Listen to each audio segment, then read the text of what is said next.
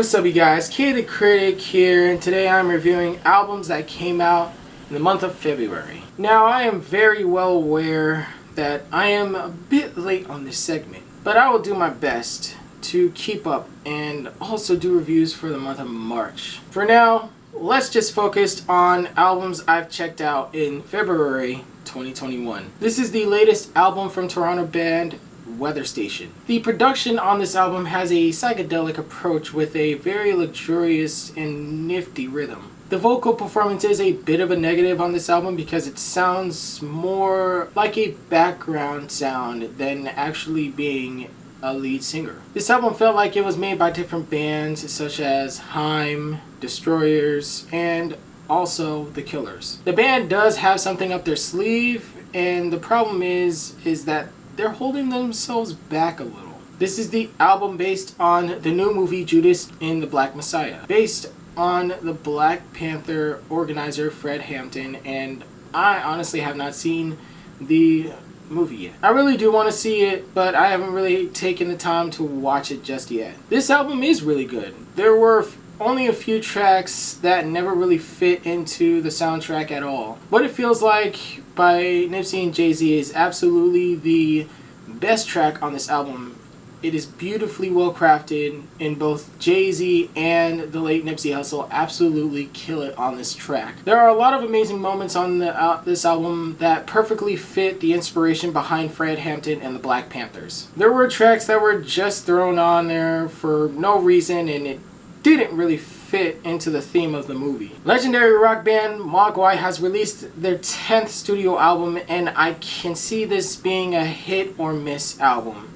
No offense. The reason why I'm saying this is because I think they've reached a point where they release albums based on different genres. This album does sound more like it can come off as a movie soundtrack, even though they have done a lot of movie scores. The production consists of a lot of strings and electronics with very little and bland vocal performance. I do hear a lot of influences from bands like Nirvana and 311. Julian Baker has released her third album after coming from her collaboration EP with Phoebe Bridgers called Boy Genius. Does her latest album, Little Oblivions, manage to be as good as Bridgers' massive successful album Punisher? No. I feel like Little Oblivions tries too hard to want to be as successful as Punisher. I absolutely loved her track Favor, and it was the first single released before this album came out. The track absolutely made me excited for this album, but it ended up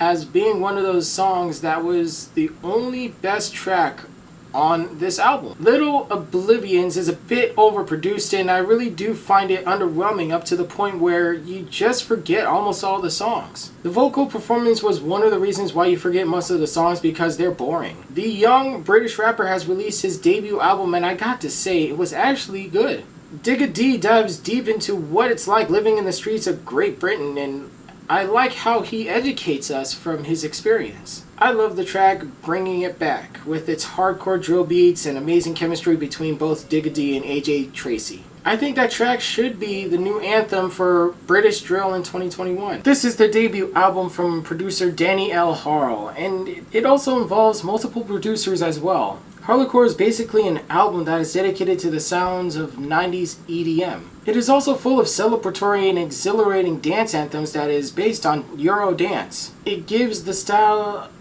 a more futuristic and modern approach. Harle does an okay job trying to ignore the cliche EDM music everybody knows and hears. The track list is unique but unorganized at the same time. At this point, I'm going to be brutally honest about Casey Veggies. I don't know where he's going in his career at this point.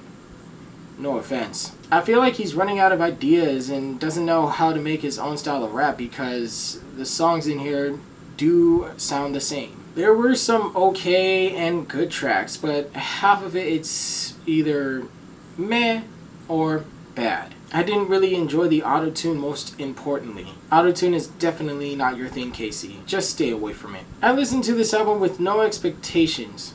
Well, a little. I thought this was going to be some dark metal music like Portrayal of Guilt's latest album. But I was wrong. It turned out to be an album mixed with a lot of genres such as dark ambient and hip-hop. The chemistry in this group is strong, and you can tell their relationship towards one another even while listening to this album. Now, this album does have a lot of its flaws and influences such as black dresses and Danny Brown, but I thought this album was well crafted and creative. This was a really heartwarming send-off for the late Fred the Godson.